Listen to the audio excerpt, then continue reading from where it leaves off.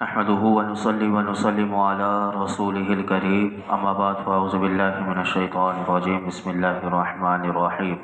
ولقد قال لهم هارون من قبل يا قوم انما فتنتم به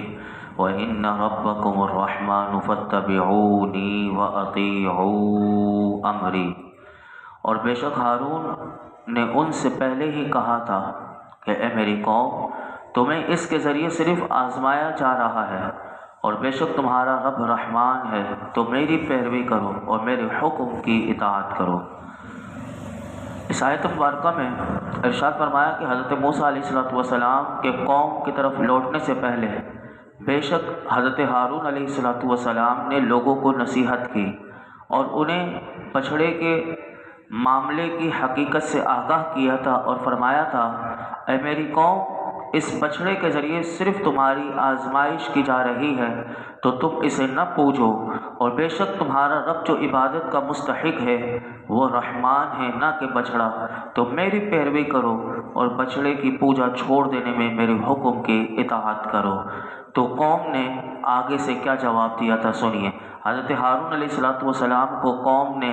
یہ جواب دیا، قرآن بتاتا ہے قالوا لن نبرح علیہ عاکفین حتی یرجع الینا موسیٰ قال یا ہارون ما منعک اذ رأیتہم ضلوا الا تتبعن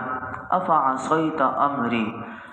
بولے تو ہم تو اس پر جم کر بیٹھے رہیں گے جب تک ہمارے پاس موسیٰ لوٹ کر نہ آ جائے۔ موسیٰ نے فرمایا اے ہارون، جب تم نے انہیں گمراہ ہوتے دیکھا تھا تو تمہیں کس چیز نے میرے پیچھے آنے سے منع کیا تھا؟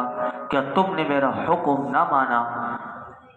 اس سے پہلی والی آیت میں، آیت نمبر 91 میں اللہ رب العالمین نے حضرت ہارون علیہ السلام نے جو نصیحت کی تھی تو قوم نے جو جواب دیا تھا اس کو ذکر کیا کہ قوم نے یہ کہا کہ ہم تو اس وقت تک بچھڑے کی پوجا کریں گے اور آپ کی بات نہ مانیں گے جب تک کہ ہمارے پاس حضرت موسیٰ علیہ السلام لوٹ کر نہ آ جائیں اور ہم دیکھ لیں کہ وہ بھی ہماری طرح اسی طرح پوجا کرتے ہیں یا نہیں، یا سامری نے سچ کہا کہ نہیں۔ اس پر حضرت ہارون علیہ السلام ان سے فوراً علیحدہ ہو گئے، اور مفسرین فرماتے ہیں 12,000 لوگ حضرت ہارون علیہ السلام کے ساتھ اس وقت اس قوم کے ساتھ جدا ہو گئے۔ اور پھر جب حضرت موسیٰ علیہ السلام کی تشریف آوری ہوئی تو آپ جب تشریف لائے تو آپ نے لوگوں کے شور مچانے اور باجے اور گانے کی آوازیں سنی کہ جو بچھڑے کے گرد ناچ کر وہ باجے بھی بجا رہے تھے اور ناچ بھی رہے تھے اور گانے بھی کر رہے تھے، وہ سب کام کر رہے تھے۔ حضرت موسیٰ علیہ السلام نے اس وقت جب یہ آوازیں سنی تو آپ جن 70 لوگوں کو اپنے ساتھ لے کر گئے تھے آپ نے ان سے فرمایا کہ یہ فتنے کی آواز ہے، اور جب آپ قریب پہنچے تو آپ نے قریب پہنچتے ہی کہ علماء فرماتے ہیں کہ فطری ایک دینی غیرت والی حمیت جو آپ کے اندر تھی وہ جوش میں آئی، اور آپ نے اپنے بھائی ہارون علیہ السلام کے سر کے بال دائیں ہاتھ سے پکڑے اور بائیں ہاتھ سے ان کی داڑھی کو پکڑ لیا اور فرمایا اے ہارون، جب تم نے اس قوم کو، میری قوم کو گمراہ ہوتے ہوئے دیکھا تھا تو تمہیں کس چیز نے میرے پیچھے آ کر مجھے خبر دینے سے منع کیا تھا کہ جب انہوں نے تمہاری بات نہ مانی تھی تو تم مجھ سے کیوں نہیں آ کر ملے، اور کہ تمہارا ان سے جدا ہونا ان کے حق میں ایک سرزنش ہوتی، کیا تم نے میرا حکم نہ مانا؟ تو حضرت ہارون علیہ السلام کے جب بال پکڑے موسیٰ علیہ السلام نے داڑھی پکڑی تو آپ نے آگے سے کیا کہا اپنے بھائی کو سنیے۔ قال یا ابن ام لا تأخذ بلحیتی ولا برأسی انی خشیت ان تقول فرقت بین بنی اسرائیل ولم ترقب قولی۔ ہارون نے کہا اے میری ماں کے بیٹے، میری داڑھی اور میرے بال کو نہ پکڑو، بے شک مجھے ڈر تھا کہ تم کہو گے ہے ہارون کہ تم نے بنی اسرائیل میں تفرقہ ڈال دیا اور تم نے میری بات کا انتظار نہ کیا۔ یعنی حضرت ہارون علیہ السلام نے حضرت موسیٰ علیہ السلام سے کس انداز سے، یہ دیکھیے ادب دیکھیے کہ آپ نے فرمایا ہے میری ماں کے بیٹے،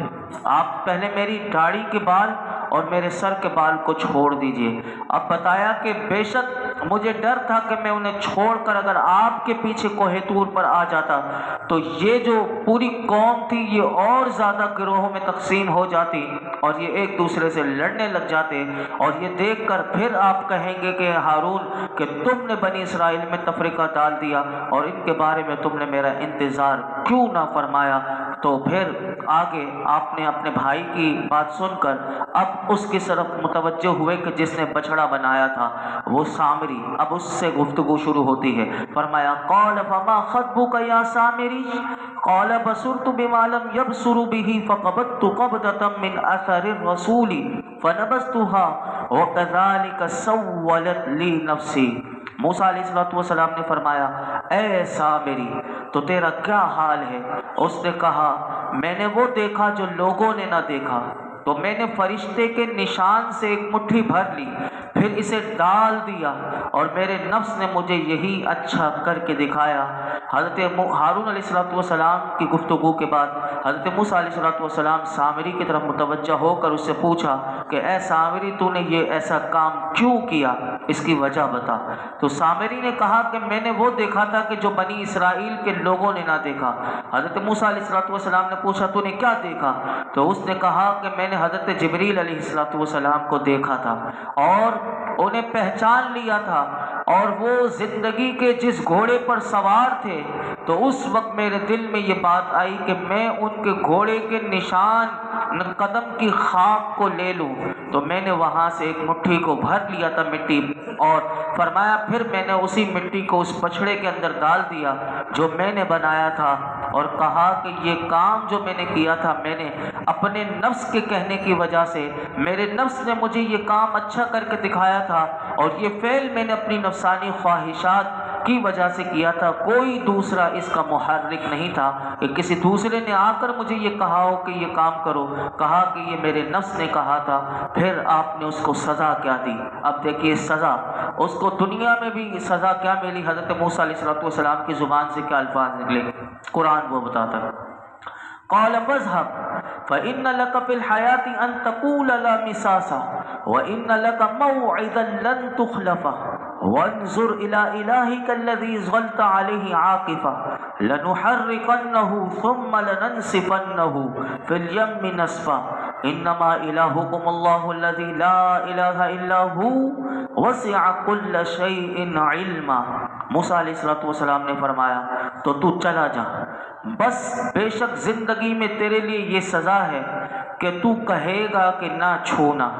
اور بے شک تیرے لیے ایک وعدے کا وقت ہے کہ جس کی تجھ سے خلاف ورزی نہ کی جائے گی، اور اپنے اس معبود کو دیکھ کہ جس کے سامنے تو سارا دن ڈٹ کر بیٹھا رہا، قسم ہے ہم ضرور اسے جلائیں گے، پھر ریزہ ریزہ کر کے دریا میں بہائیں گے۔ تمہارا معبود تو وہی اللہ ہے کہ جس کے سوا کوئی معبود نہیں، اس کا علم ہر چیز کو محیط ہے۔ سامری کی بات سن کر آپ نے اس کو یہ سزا دی کہ اب تو یہاں سے اٹھ اور چلتا بن، بس تیری سزا پوری زندگی، اب تیری جتنی بھی زندگی باقی ہے تیری سزا یہ ہے کہ جب تجھ سے کوئی ایسا شخص ملنا چاہے گا کہ جو تیرے حال سے واقف نہ ہو تو تو اس سے یہ کہے گا کہ مجھے نہ چھوئے کوئی اور نہ میں کسی کو چھوں۔ چنانچہ لوگوں کو حضرت موسیٰ علیہ السلام کی طرف سے مکمل طور پر اس شخص کا بائیکاٹ کرنے کا حکم دیا گیا کہ اس سے ملاقات، اس سے بات چیت، اس سے خرید و فروخت حرام کر دی گئی، کہ اس سے حرام کر دیا گیا۔ اگر مفسرین فرماتے ہیں اتفاقاً کوئی اس سے چھو جاتا سامری سے تو دونوں کو شدید بخار ہو جاتا، چھونے والا بھی اور جس سے چھوا ہے وہ دونوں کے دونوں کو شدید بخار ہو جاتا، اور یہ جنگل کی طرف بھاگا اور یہ جنگل میں شور مچاتا پھرتا تھا کہ کوئی مجھے نہ چھوئے۔ اور مفسرین فرماتے ہیں وحشیوں اور ان درندوں میں زندگی کے انتہائی تلخ اور وحشت میں، تلخی میں اور وحشت کے یہ دن اس نے گزارے، اور اس طرح اس کا یہ انجام ہوا۔ یہ تو قرآن نے ایک بات، اور دوسری بات یہ بتائی کہ آپ نے اس کو یہ بھی کہا کہ زندگی میں تو تجھے یہ سزا ملے گی کیونکہ تو نے اللہ رب العالمین تو نے لوگوں کو بچڑا بنا کر کہا کہ یہ خدا ہے، یہ معبود ہے، اور کہا کہ موسیٰ علیہ السلام کا بھی معبود یہ ہے، اس کو یہ سزا دنیا میں ملی۔ اور آپ نے اس سے فرمایا کہ بے شک تیرے لیے ایک وعدے کا وقت ہے، اور فرمایا کہ تیرے شرک کی وجہ سے، تیرے فتنہ انگیزی پر دنیا میں تیرے عذاب کے بعد یاد رکھنا کہ آخرت میں بھی تیرے لیے عذاب کا وعدہ ہے کہ جس کی تجھ سے خلاف ورزی نہ کی جائے گی۔ اور کہا کہ جس بچڑے کو تو نے معبود بنایا اور جس کے سامنے تو ڈٹ کر پورا دن بیٹھا رہا، اب سن، میں خدا کی قسم کھا کر کہتا ہوں حضرت موسیٰ علیہ السلام نے کہ میں اسے جلا دوں گا اور اسے ریزہ ریزہ کر کے دریا میں بہا دوں گا۔ چنانچہ پھر آپ نے ایسا ہی کیا کہ اس بچڑے کو جلایا اور اس کو ریزہ ریزہ کر کے اس کو دریا میں ڈال دیا، اور پھر پوری قوم کو آپ نے بتایا کہ سن لو کہ تمہاری عبادت اور تمہاری تعظیم کا مستحق اگر کوئی ہے تو صرف وہ اللہ رب العالمین کی ذات ہے کہ جس کے سوا کوئی معبود نہیں، اور اس کا علم ہر چیز کو احاطہ کیے ہوئے ہے۔ آگے قرآن ارشاد فرماتا ہے کذالک نقص علیک من انباء ما قد سبق وقد آتیناک من لدنا ذکرا۔ اے حبیب، ہم تمہارے سامنے اسی طرح پہلے گزری ہوئی خبریں بیان کرتے ہیں، اور بے شک ہم نے تمہیں اپنے پاس سے ایک ذکر عطا فرمایا۔ اللہ رب العالمین نے اپنے حبیب سے فرمایا محبوب، ہم یہ جو حضرت موسیٰ علیہ السلام کا تفصیل سے اور سارے نبیوں کا واقعہ جو آپ کے سامنے بیان کیے، فرمایا کہ اسی طرح ہم آپ کے سامنے جتنی سابقہ امتیں تھیں ان کی خبریں، ان کے احوال بیان کرتے ہیں۔ وجہ یہ ہے تاکہ اس سے آپ کی شان، آپ کی نشانیوں، آپ کے معجزات میں اضافہ ہو، اور لوگ آپ سے یہ سن کر سابقہ امتوں کے احوال، فرمایا کہ اس میں غور و فکر کریں۔ اور بے شک فرمایا کہ ہم نے آپ کو محبوب قرآن کریم عطا فرمایا، یہ وہ ذکر عظیم ہے کہ جو اس ذکر عظیم کی طرف متوجہ ہوگا تو اس کتاب کریم میں اس کے لیے نجات ہے، اس کتاب میں اس کے لیے برکتیں ہیں، اور اس مقدس کتاب میں سابقہ امتوں کے ایسے حالات کا ذکر کا بیان ہے کہ جو اس میں غور و فکر کرتا رہے گا تو اسے عبرت بھی ملے گی اور اسے نصیحت بھی ملے گی، اور اس کی زندگی خود کی بھی سنور جائے گی۔ آگے ارشاد فرمایا من اعرض عنہ فإنہ يحمل یوم القیامت وزرا خالدین فیہ وساء لہم یوم القیامت حملا۔ جو اس سے منہ پھیرے گا تو بے شک وہ قیامت کے دن ایک بہت بڑا بوجھ اٹھائے گا، اور وہ ہمیشہ اس میں رہیں گے، اور وہ قیامت کے دن ان کے لیے بہت بڑا، فرمایا کہ بہت برا بوجھ ہوگا۔ فرمایا کہ جس نے بھی اس قرآن حکیم سے منہ پھیرا اور اس پر ایمان نہ لایا اور اس کی ہدایتوں سے فائدہ نہ اٹھایا، قرآن ان سب کو پیغام دے رہا ہے کہ سن لو، قیامت کے دن تم ایک بہت برا بوجھ اٹھاؤ گے، اور وہ بوجھ کون سا ہوگا؟ فرمایا کہ وہ گناہوں کا بوجھ ہوگا، اور اس گناہوں کے بوجھ کی وجہ سے عذاب میں رہیں گے، اور وہ قیامت کے دن ان کے لیے بہت برا بوجھ ہوگا۔ لیکن یہاں پر یاد رکھیے گا کہ ہمیشہ جہنم میں وہ رہے گا کہ جس کا خاتمہ کفر کی حالت میں ہوا ہو۔ اگر جس کا خاتمہ ایمان پر ہوا لیکن ہو وہ گناہ گار، لیکن وہ ہمیشہ جہنم میں نہیں رہے گا۔ آگے ارشاد فرمایا یوم ینفخ فی الصور ونحشر المجرمین یومئذ زرقا یتخافتون بینہم ان لبثتم الا عشرا۔ جس دن سور میں پھونکا جائے گا اور ہم اس دن مجرموں کو اس حال میں اٹھائیں گے کہ ان کی آنکھیں نیلی ہوں گی، وہ آپس میں آہستہ آہستہ باتیں کریں گے کہ تم دنیا میں صرف 10 رات رہے ہو۔ اس آیت میں اللہ رب العالمین نے ارشاد فرمایا محبوب، آپ اپنی قوم کو وہ دن، قیامت کا دن یاد دلائیں کہ جس دن لوگوں کو محشر میں حاضر کرنے کے لیے دوسری بار سور پھونکا جائے گا، اور ہم اس دن کافروں کو اس حال میں لائیں گے کہ ان کی آنکھیں نیلی ہوں گی اور ان کے کالے چہرے ہوں گے، یعنی ان کے چہرے کالے ہو جائیں گے قیامت کے دن۔ اور فرمایا آخرت کی ہولناکیاں اتنی اتنی ہوگی کہ وہاں کے خوفناک مناظر کو دیکھ کر کفار دنیا کی زندگی چاہے انہوں نے 100 سال گزاری ہو، 70 سال کتنی بھی گزاری ہو، فرمایا قیامت کی ہولناکیاں دیکھ کر وہ آپس میں انہیں وہ مدت قلیل معلوم ہوگی، اور وہ قرآن کہتا ہے اس منظر کو کشی کرتے ہوئے